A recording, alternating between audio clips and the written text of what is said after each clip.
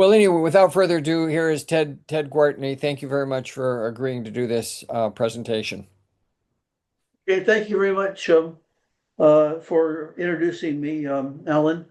Um, so this is going to be a talk about Progress and Poverty, the book that Henry George wrote, and his early life. And I've kind of set it up into three segments. First is the young life of Henry George. And the second are the principles found in his book, Progress and Poverty. And the third was what's occurred in the 20th century, where we might go in the future. So Henry George wrote Progress and Poverty in San Francisco in 1879. And George was a humanitarian and an intellectual who was seeking equity and social justice for all people. George lived during a time that experienced social problems and inequalities that were similar to those that we live in today. He asked such questions as, why is my rent so high? And why are my wages so small? And why are there few jobs available? And why do I have no savings? The same kind of questions that our children are asking today. Many people had no housing at that time, and some had to sleep on the streets because there was no housing available. So speaking of Henry George's life experiences, he was born in Philadelphia in 1839. And when he was 16 years of age, he shipped out as a deckhand on a vessel that was bound for Calcutta. I find it interesting about Henry George's life because he was born 101 years before I was born. So when I'm reading about Henry George, I read about the year that was of interest. And I just add 100 years on, and I can see what I was thinking and doing in that same period of time.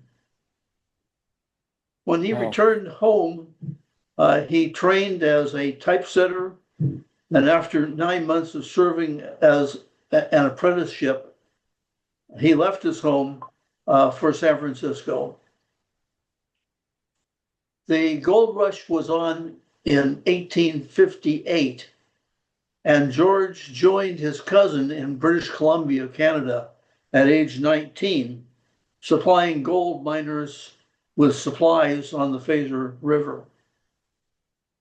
After deciding against gold mining and supplying miners, he headed back to San Francisco to work as a printer, as a typesetter, and then as a journalist.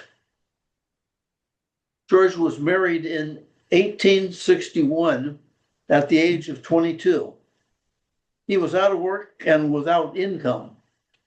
He had to beg for food on the streets of San Francisco to keep his family from starving.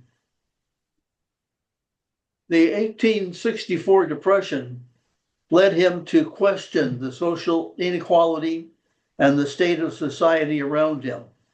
Why was there such disparity between wages and rents? Why did innovations reduce job opportunities and wages? Why did innovations increase rents and the costs of living? He was thinking as a youngster that innovations, might help with job opportunities and wages, but in fact, the exact opposite occurred.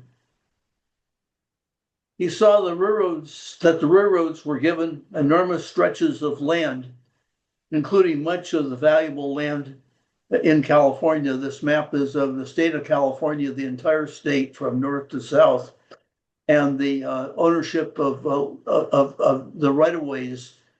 The land was given to the railroad with all the right-of-ways around it. And you can see it made up a pretty significant proportion of all the state land.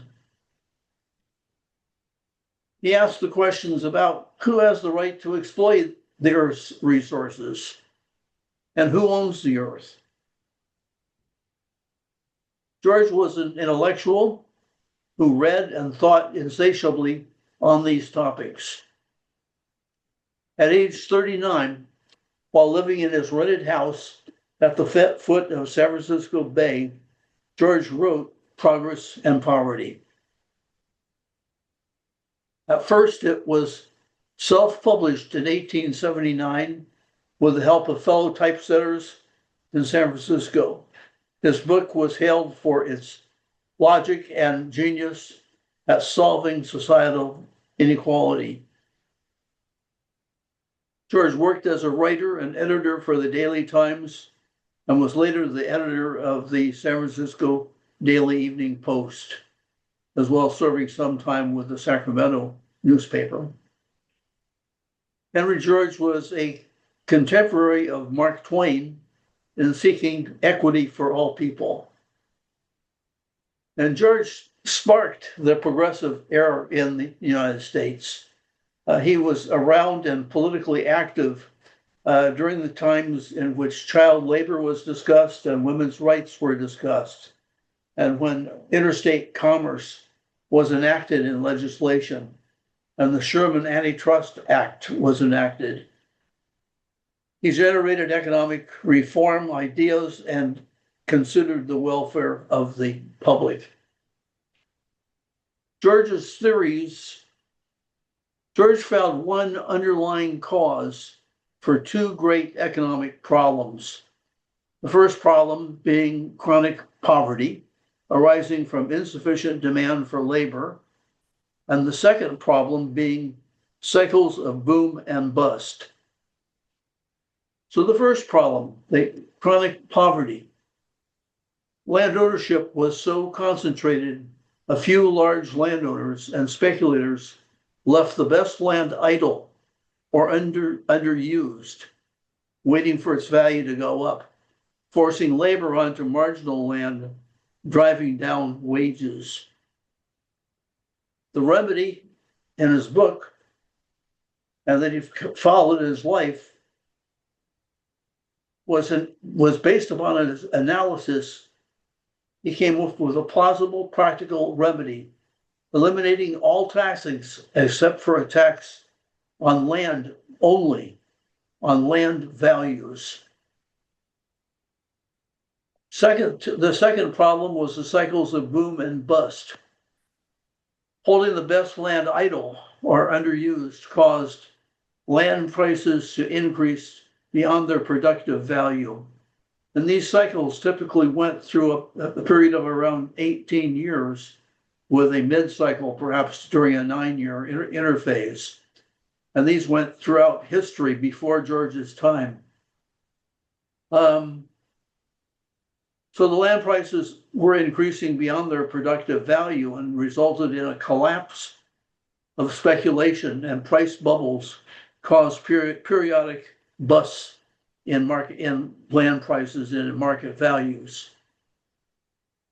Breaking up large idle holdings of land, making land available to those who could use it, would suck the air out of speculative bubbles, restraining the boom and bust cycle. Land is a sustainable revenue base. Public services and demand increase rents. Land is a growing source of funds. The economic results of land taxes: land would cost less. More land would become available. Would result in new investment in production. New jobs would be created. Wages in businesses would increase. Taxing land is fair because the community, rather than the individual landowners, create land values. Taxing land is economically efficient because the owner cannot avoid a land tax by choosing less taxed options. Land basically cannot move to avoid taxes. Land in nature belongs to all mankind. Its value increases with public improvements and the desire of man to use the best land that gives them the advantage of a superior location. George's ideas are still relevant today, the San Diego area where our foundation is located contends with some of the highest land values and rents in the nation and some of the unprecedented homelessness problems. In San Diego, the rent is currently $2,361 for an average one-bedroom apartment and around $2,972 for a two-bedroom apartment. And looking at the gross median rents nationwide, they're increasing at nearly 4% per year over a 3-year period. And in California, at 11.5%, and in San Diego at almost 13%. Taxing land is very progressive because land ownership is highly concentrated among the most wealthy, and it's far more concentrated than income. Those who benefit by increasing land prices know how to prevent their land monopoly from paying its fair share. I said I was going to review the 20th century, and we're down to that. We've been over Henry George's life and what's in his book, Poverty and Poverty. So I want to take a look at what's happened since Henry George died at the end of the 19th century. And basically what's happened in the 20th century, and this is looking at wealth as a percentage of gross domestic product. Wages decline over time. Even though we take home more wages in terms of pay, the percentage of the gross domestic property is declining each year. And at the same time, land values are increasing. So while wages are declining as a percentage of the gross domestic product, land values are increasing. And here are the actual numbers to give them to you. Again, proportions of gross domestic product. Wages dropped from the beginning of the 20th century from being 85% of gross domestic product down to 48% in 2007. And land rent increased from 9% to 28%, tripled in essence. Here's a view to kind of show what happened during the 20th century. And you can kind of see how the proportions changed so much. At the bottom, the blue part of the chart represents the part that is the result of people's labor and investment, that they keep as earned income. At the top of the chart, the gray is how the growth of rent, where it was 8% at the beginning of the century, going up to 26% at the end of the century. And then that red bar are the total of taxation that's taken from both earnings and from rent. And most of it is taken from earnings, that's the red part, and the dark red part at the top are the amount of land taxes that are collected. So you can see that at the beginning of the century, most of the revenue that was made by individuals was kept. But only a small part, about 6%, was taxed, and about 1.5 or 2% was taxed as land rent, and 8% was untaxed. And as time went on, the portion of the amount that was kept by individuals, even though their wages were going up, dropped considerably down to 48%, whereas land increased up to 26%, of which 2% was taxed. That would be 28%. So that kind of shows you the picture of what happened during the 20th century. My favorite economist is Joseph Stiglitz, and he's written a lot of articles on inequality, and I've read as many as I can. But one of his quotes that I'm most familiar with was when he talks about the 1%'s wealth. And he's saying that the primary benefit that the 1% have is rent.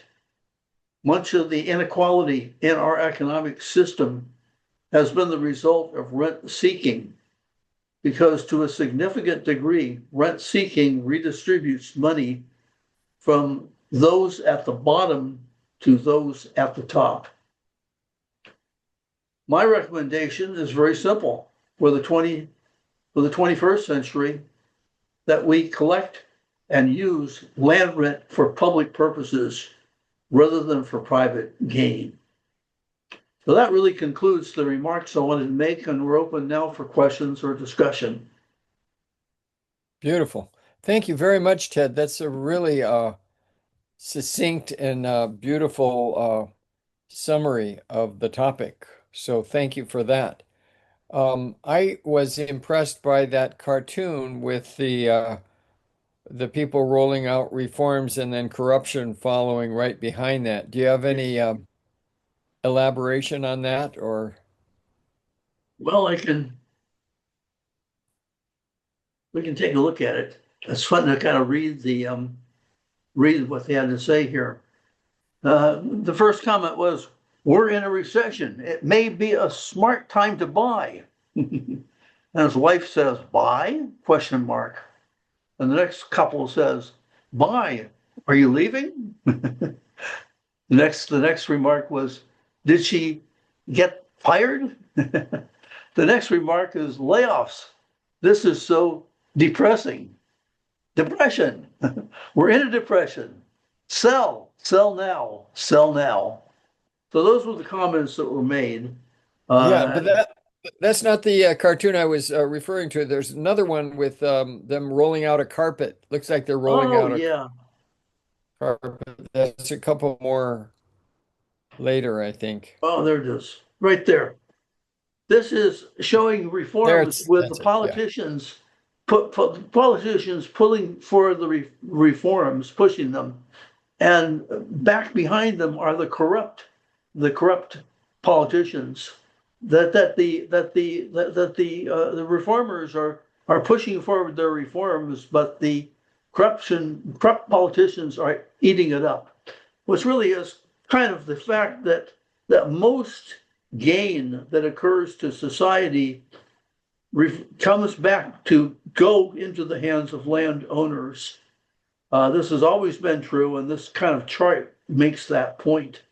That as the reformers go forward with reforms, making life better, the landowners swallow up most of that income.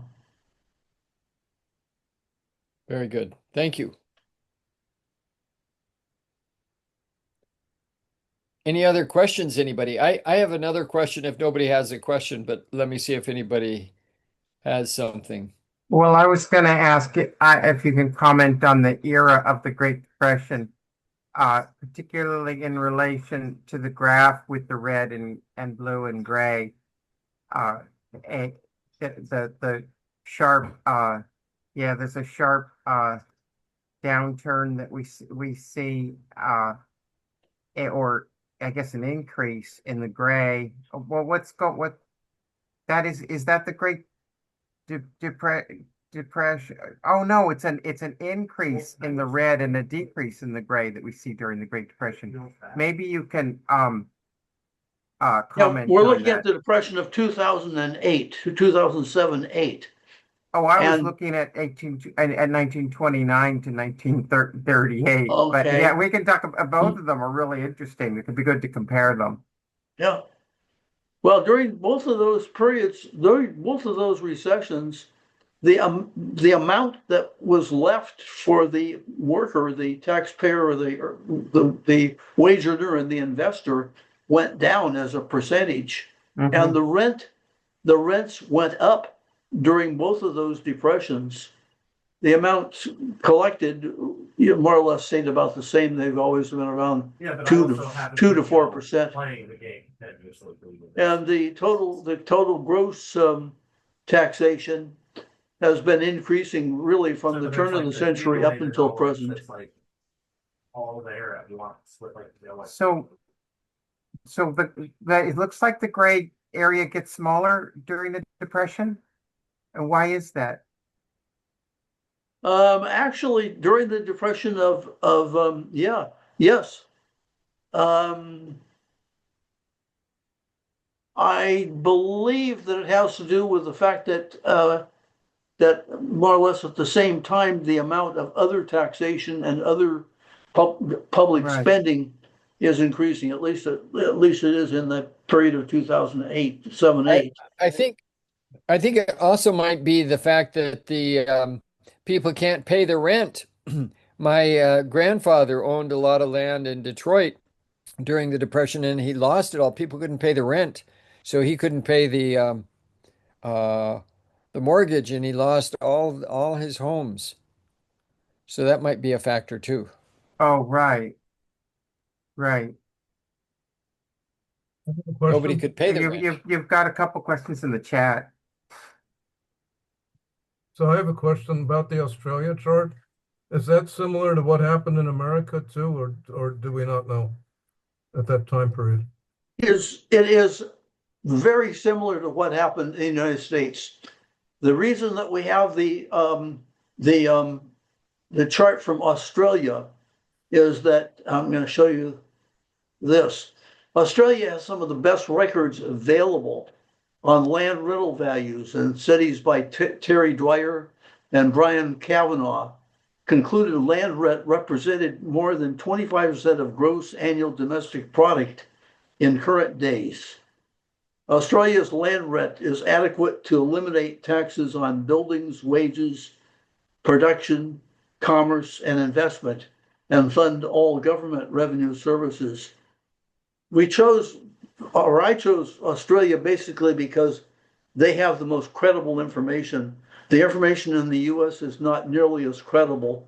I know that Michael Hudson and I worked on doing something similar to this, and we ran into so many loopholes with it, extracting comparable data that I felt like Australia, at least we could say have reliable data. But I think that the trend is exactly the same. Yeah. And And I guess I think only, it's similar. I think it's yeah. really similar throughout the world, although it varies in timing and amount in the economies that you're dealing with. I guess it's even worse since 2010. There's a very interesting question in the chat from Marie Jolstrom. She's asking, what can individual citizens do to cause a land tax to be implemented? Well, the base thing that they can do is demand it. And they can demand it by pointing out to their politicians the fact that all people would benefit by a land tax, that that by using land revenue for productive public purposes, we would enhance public spending and we would be doing things that benefited all people. We would be able to enhance education, enhance science and research and all those types of things. And we would greatly enhance the amount of revenue that was left over, that blue part, so that people had a larger return that they would be able to use for their own benefit and their own livelihood. So I think that what people can do is to educate their politicians and their friends and their neighbors about why it is important to do this and why it benefits all people.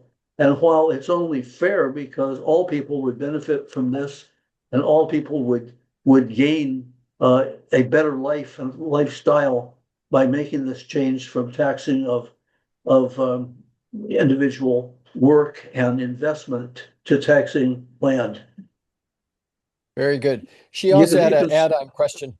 Yeah, maybe you already answered this, but she also had an add-on question, especially since this is a bit of a fringe idea at the moment, and nobody seems to be campaigning on it. I guess there is a legislator in I think somebody Lee in the state legislature who's trying to get something through, but he's being held up. He couldn't even get it through committee. But There's um, also interest, more and more interest with young people, even before they enter college, they're becoming interested in land value taxation. And we're starting to see more and more on the internet of young people that really are not, the ones we would think of having an interest in this, to to become interested in it. And I'm quite happy to see this happening. Looking at this chart again, I just want to be sure you understand that what would happen under my proposal of collecting land rent, all of that red part that is below the bright red, that is the amount that we collect in land taxes currently, would disappear. It would become blue, and the red would go above to where the land is above, so that you'd have a much larger percentage of revenue that would be available for public or for private, for your private use. Very good.